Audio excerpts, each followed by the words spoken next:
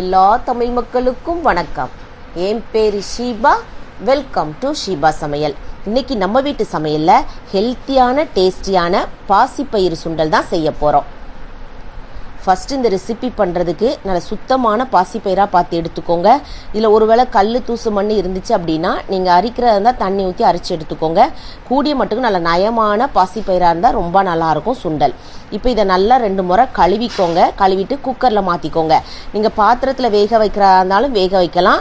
குக்கரில் வேக வைக்கிறீங்கன்னா அது முங்குற அளவுக்கு தண்ணி ஊற்றி கொஞ்சம் உப்பு போட்டு மூடி வச்சு ஒரு விசில் வச்சு எடுத்துருக்கிறேன். நீங்கள் உங்களுடைய குக்கருக்கு தகுந்த மாதிரி விசில் வச்சு எடுத்துக்கிடலாம். பாத்திரத்தில்னா கொதி வந்ததுக்கப்புறம் உப்பு போட்டு நீங்கள் வேக வச்சு எடுத்துக்கோங்க. இப்போ ப்ரெஷர் தானாக ரிலீஸ் ஆனதுக்கப்புறமா நம்ம திறந்து பார்த்தோம் அப்படின்னா இந்த அளவுக்கு நல்லா உதிரியாக வெந்து வந்திருக்கும்.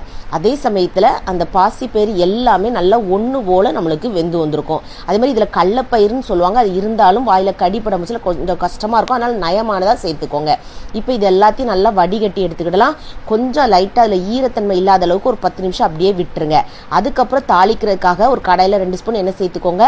சுண்டலுக்கு எப்போவுமே ரொம்ப அதிகமாக எண்ணெய் வேண்டாம். எண்ணெய் நல்லா சூடேறவும் கடுகு உளுந்தம்பருப்பும் சேர்த்துக்கோங்க. கடுகு நல்லா வெடிச்சு வரட்டும். அந்த உளுந்தம்பருப்பு நல்லா செவந்து வரட்டும். அதுக்கப்புறமா விதை நீக்கிற 2 பச்சை மிளகாய், 2 வத்தல், 2 இனுக்கு கருவேப்பிலை சேர்த்துக்கோங்க. இப்போ இதை நல்லா அந்த எண்ணெயில் வதக்கி விட்டுக்கோங்க. கரிகிராம பார்த்துக்கோங்க. அதே சமயத்தில் நல்லா இது குக்காயும் வந்திருக்கணும். இப்போ இது கூட ஒரு 1/4 ஸ்பூன் அளவுக்கு மஞ்சள் தூளும் ஒரு 1/4 ஸ்பூன் அளவுக்கு பெருங்காயத்தூளும் போட்டுக்கோங்க. போட்டுட்டு இதை 1 நிமிஷம் லைட்டாக அப்படி வதக்கி விட்டிங்கன்னா போதும். 1 நிமிஷம் வதக்கினதுக்கு அப்புறமா நம்ம வேக வச்சு வடிகட்டி வச்சிருக்கிற அந்த பாசிப்பயிரை இது கூட சேர்த்துட்டு நல்லா மிக்ஸ் பண்ணி எடுத்துக்கோங்க. மிக்ஸ் பண்ணதுக்கு அப்புறமா இதை ஒரு 2 நிமிஷம் நம்ம அடுப்பில் வச்சு இறக்கிடலாம். அப்போ தான் அந்த காரெல்லாம் அது கூட சேரும். ஒருவேளை உங்கள் வீட்டில் சின்ன பிள்ளைங்க கொஞ்சம் இனிப்பு சாப்பிட்றவங்களா இருந்தாங்க அப்படின்னா இதை தாளிக்கிறதுக்கு முன்னாடி கொஞ்சம் எடுத்துக்கோங்க ஒரு பவுலில்.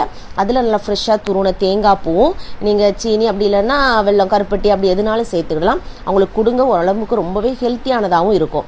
இப்போது ஒரு 2 நிமிஷம் மூடி போட்டு மீடியம் ஃப்ளேமில் வச்சுட்டு நம்ம திறந்து பார்த்தோம் அப்படின்னா அதில் கொஞ்சம் தண்ணி இருந்தாலும் போயிடும். இப்போ நீங்கள் ஸ்டவ் ஆஃப் பண்ணிவிட்டு நல்லா ஃப்ரெஷ்ஷாக துருவின தேங்காய் பூ சேர்த்துட்டு நல்லா மிக்ஸ் பண்ணிக்கோங்க. இது சாயங்காலம் ஸ்கூல் முடிஞ்சு வர்ற குழந்தைங்களுக்கு கொடுக்கலாம். அப்படி இல்லைன்னா காலையில் டிஃபனு கூட எல்லாரும் பயன்படுத்திக்கலாம். வயதானவங்க இருந்தாங்க அப்படின்னா இது ஒரு ஹெல்த்தியான ரெசிபினே சொல்லலாம். அவங்களுக்கு கண்டிப்பாக உங்கள் வீட்டில் வாரத்துக்கு ஒரு முறை இந்த பாசிப்பயிறு சுண்டல் இதே மெத்தடில் செஞ்சு பாருங்கள். செஞ்சு பார்த்து உங்கள் ஃபீட்பேக்கை கமெண்ட் பாக்ஸில் சொல்லுங்கள். வீடியோ பிடிச்சிருந்தா லைக் பட்டனில் தம்ஸ் அப் கொடுத்துருங்க. தம்ஸ் அப் கொடுத்த கையோடு உங்கள் ஃப்ரெண்ட்ஸ் ஃபேமிலியோட ஷேர் பண்ணிடுங்க. ஃபர்ஸ்ட் டைம் வியூவராக இருந்தால் சப்ஸ்கிரைப் பண்ணி சப்போர்ட் பண்ணுங்கள். நான் இன்னொரு வீடியோவில் இன்னொரு வித்தியாசமான சுவையான மனமான ரெசிபியோடு நான் உங்களை சந்திக்கிறேன். அது வரைக்கும் டாடா பபாய்.